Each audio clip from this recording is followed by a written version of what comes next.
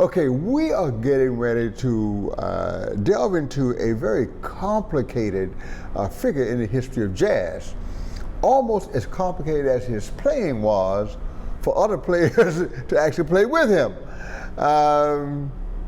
He's the son of a Baptist deacon and a mother who sang.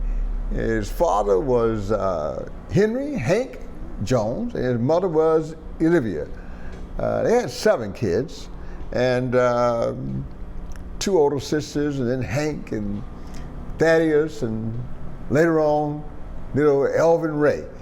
They had moved to Pontiac, Michigan from Vicksburg, Mississippi. If you want to know why they moved from Vicksburg, Mississippi, you only need Google Vicksburg, Mississippi, and check out the Wikipedia page, and we'll tell you exactly why they moved from Vicksburg to Pontiac, Michigan. The father was able to become a lumber inspector. A lot of woods down there in Vicksburg, and they used some of those trees for things other than building houses.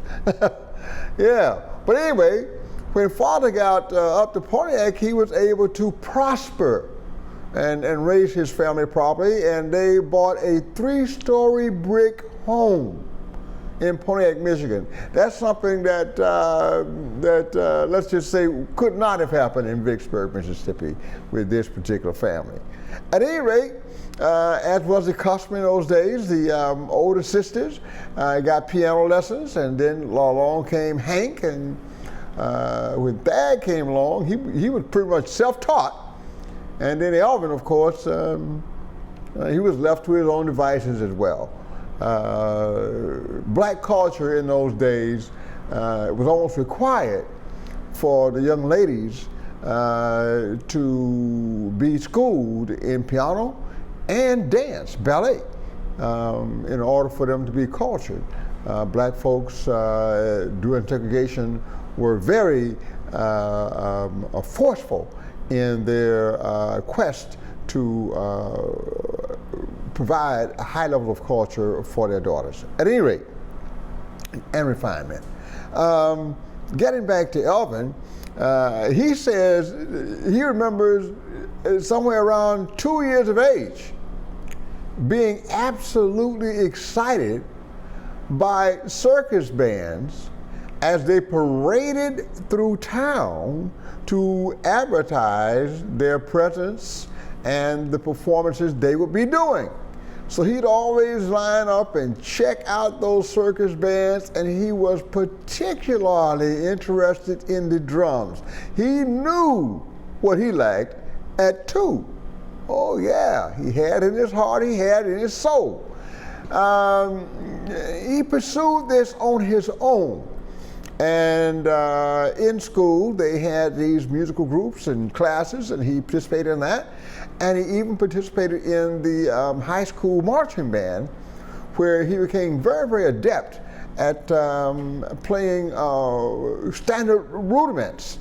And at one point was considered a rudimental champion in the state of Michigan. This would have been during segregation, so he would have been the black rudimental champion for the predominantly black schools. At any rate, he left high school and went into the Army, 1946 to 1949. When he came out, he had his little Army severance pay, and he took that and $35 that he borrowed from his sister, and that would be more than tenfold today, closer to $400. And he combined what he had gotten from his service as severance pay and what he had borrowed from his sister, and he bought his first drum set. I have known at least one drummer, a really good friend of mine, who wanted to play in one of my bands. He did not have a drum set, but he would sit and shadow play that ride, sitting on that snare drum and those feet moving. So he played what we call air drums. And by doing that, he developed the coordination necessary that when he finally did get a drum set, it was just a matter of adjusting the touch and feel of it. The coordination was just there. And I assume that Elvin had done the same thing, because shortly after receiving his drum set, he's playing in clubs in the Detroit area. And he's playing little territory bands. Bands that leave. They might go to Lansing, and they might go to Grand Rapids, but they ain't going too far from Detroit, but they're gonna travel a little bit, but coming back home. They're not really on the road, just doing gigs up the road here, gigs up the road there. And somewhere along the line, he meets Lucky Thompson, who was a up-and-coming cat on the New York scene. And he kind of introduced him to Miles, who was, let's just say, how do I want to say this? Miles was recovering in Detroit at that time from one of his periods of addiction, and he met Miles and that whole thing, and eventually, those associations led him to New York. He did take an audition with Benny Goodman, and it did not go well. His brother Hank was playing with Benny Goodman, but Elvin just didn't fit. And so he did not get that gig. But what he did get was a gig with Charles Mingus, and he got to record, I think, on Blue Moods with Mingus, which was released on the debut label, which was co-owned by Miles and Mingus together. So yeah, he missed Benny Goodman, but he landed with Mingus. And those of you who know music, I'm sure you're falling out of your chairs laughing, because there's a tremendous difference between what Benny Goodman was doing and what Mingus was doing. So, and this kind of was the path that Elvin was going to be on. He was going to be rejected by people who wanted to do it the normal way, the traditional way, the tried and true way, the regular way. And he was going to find himself really comfortable with people who were groundbreakers, movers and shakers, and trying to break new ground. That is who he was, that is what he was as a human being in his spirit and in his approach to the drum set and time within an ensemble. Now, he was able to play with a few people during this period of time.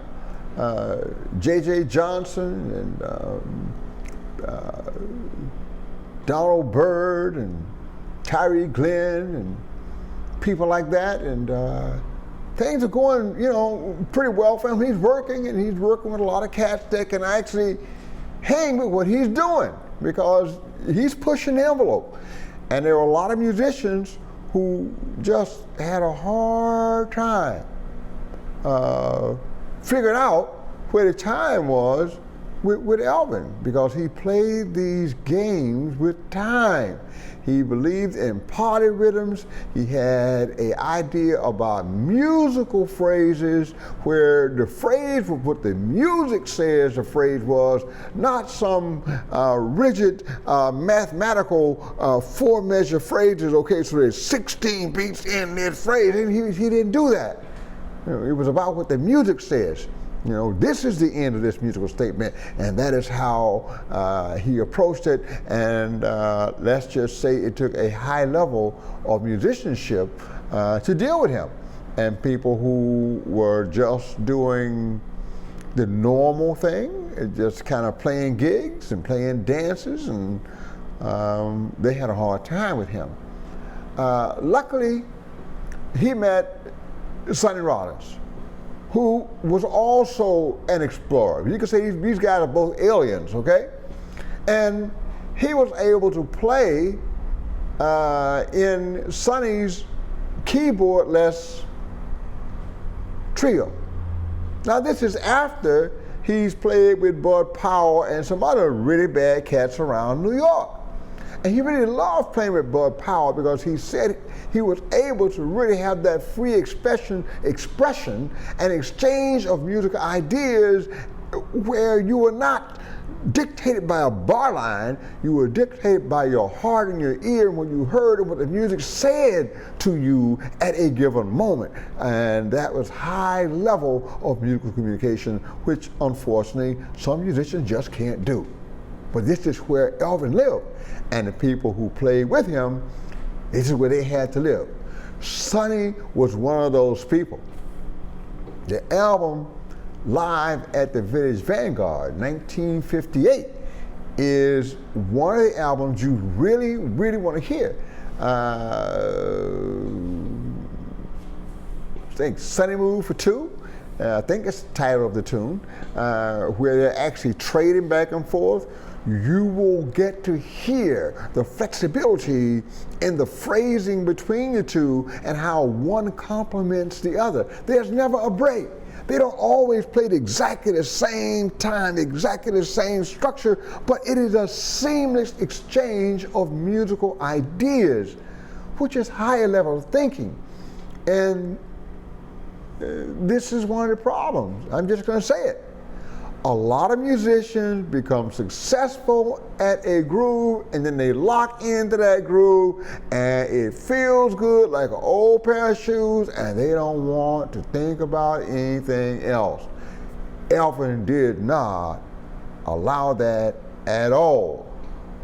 Okay? So this was like groundbreaking. And everyone was like, man, this is great music, this is the next thing.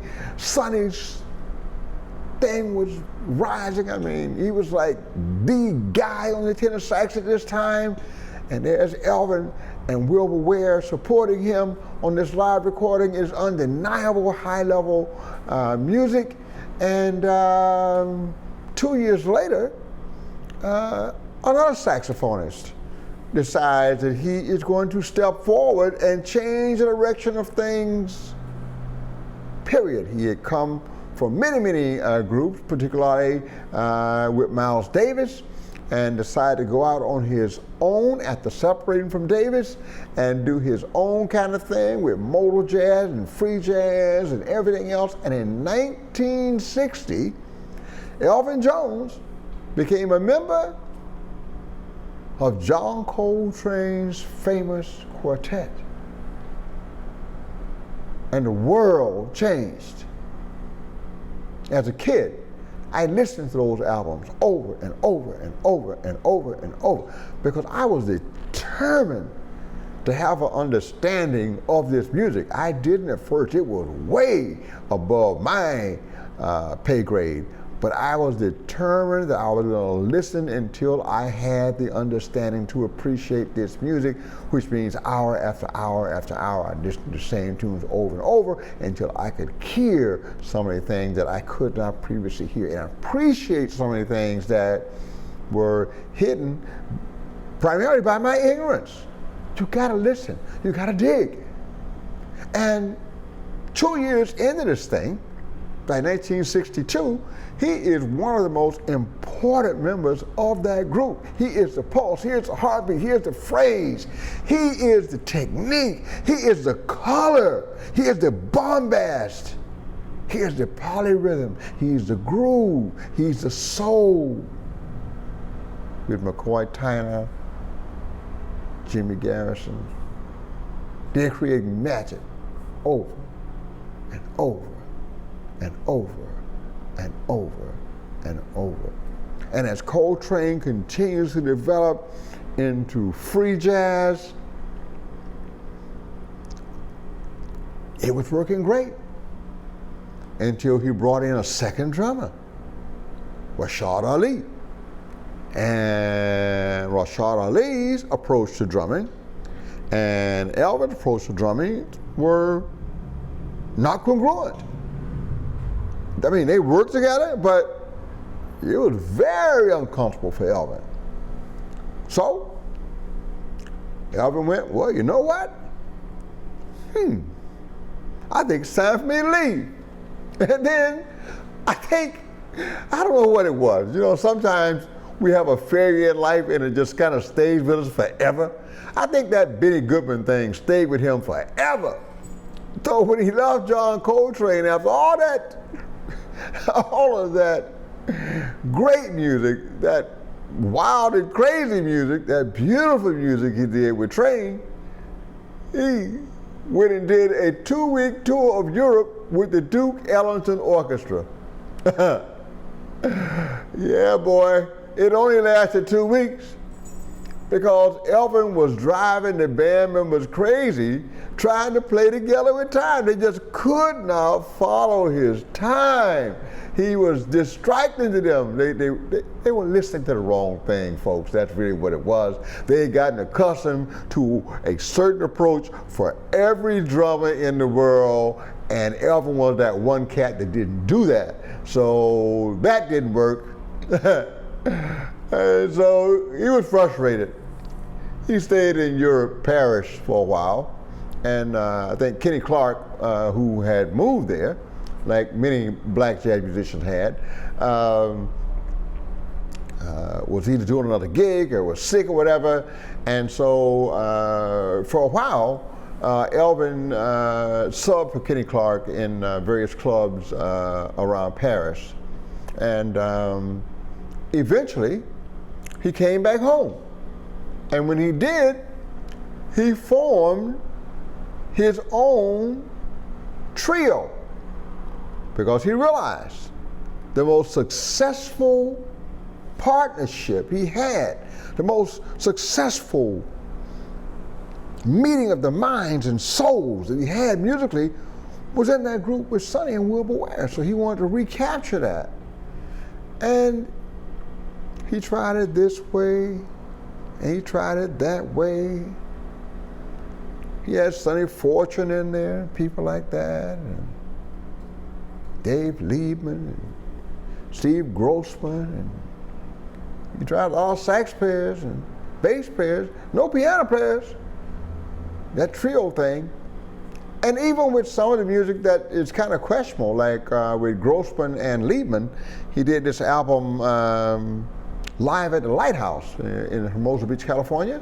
But really quite interesting because the bass player is actually playing electric bass, which is like, okay, that's a change.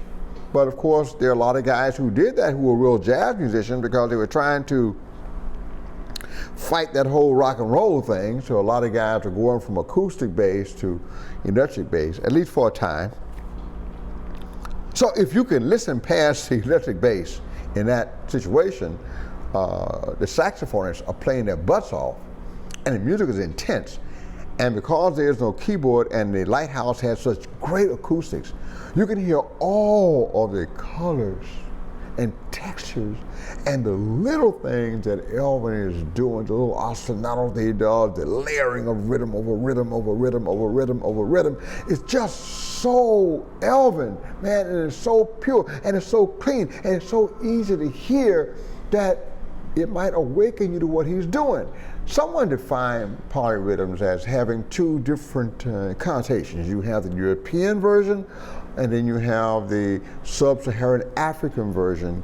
And of course, Elvin would have been that sub-Saharan African version, which is about this. In the constancy of life, which is the beat, there is conflict, especially for black folks. I don't care where you are, Africa or United States or Brazil or Europe, doesn't matter. You're gonna have conflict just because. And so those polyrhythms, importing rhythms from foreign meters into a given meter, and then layering that with something that doesn't belong there as well, creates this tension, but the time is still going on, and so you're creating this tension on top of this constancy of life.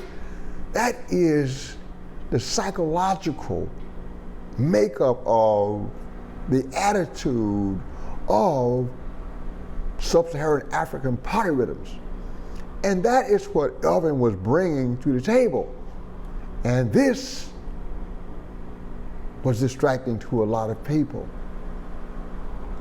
Finally, he decides, okay, I need to do my own thing a little bit differently. It may be that he met Keiko, his last wife, and she directed him. I know she had a lot of influence with him. But he formed his group that had many, many changes in personnel through the years. Sonny Fortune was there for a while. Ravi Coltrane was there for a while. Ravi is the son of John Coltrane. Yeah, he plays his butt off too.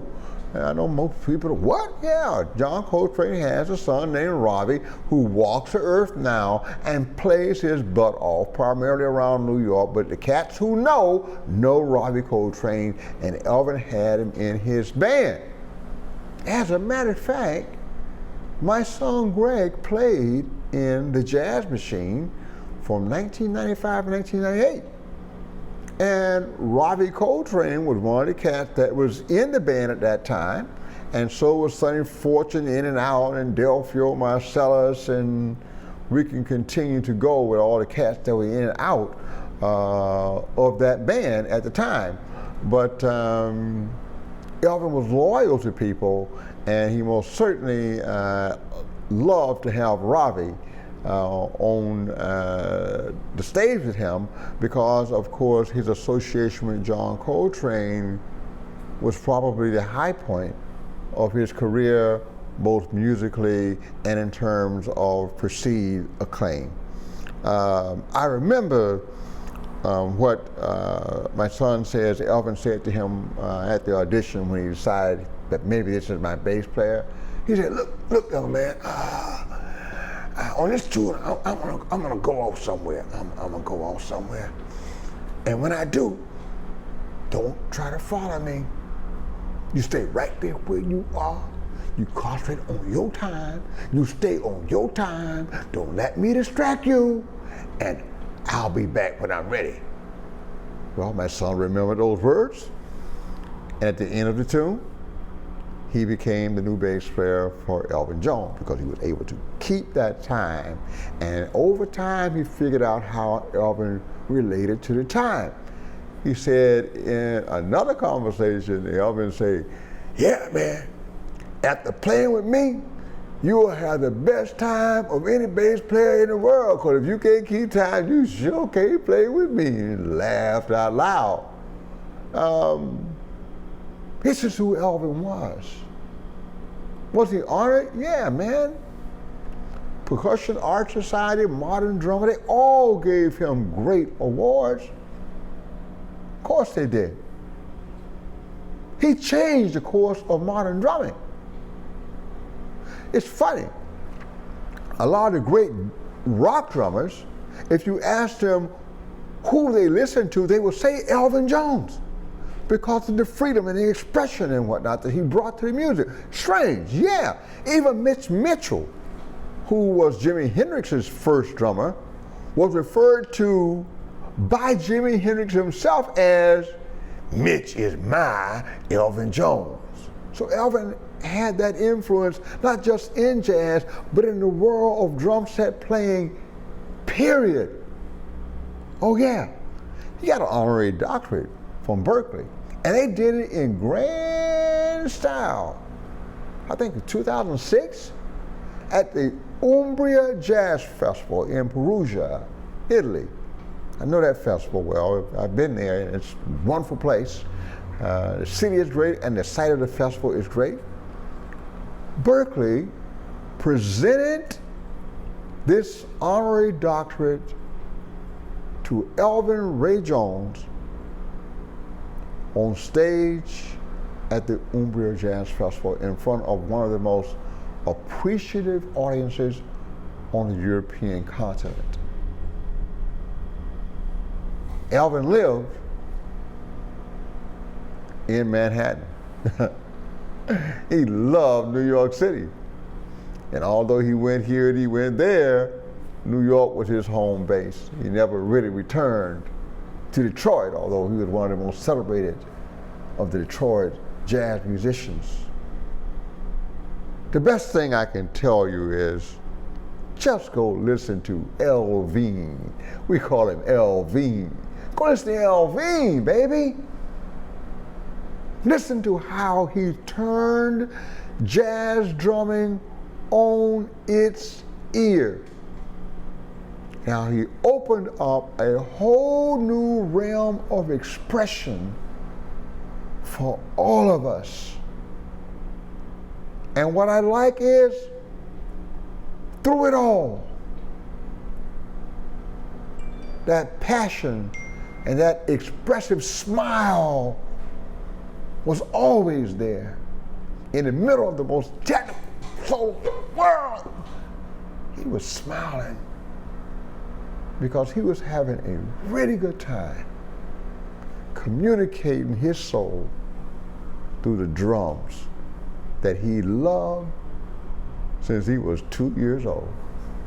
Thank you very much. I hope you have enjoyed this edition of Stop Time. Elvin Jones, Elvin Jones. Thank you.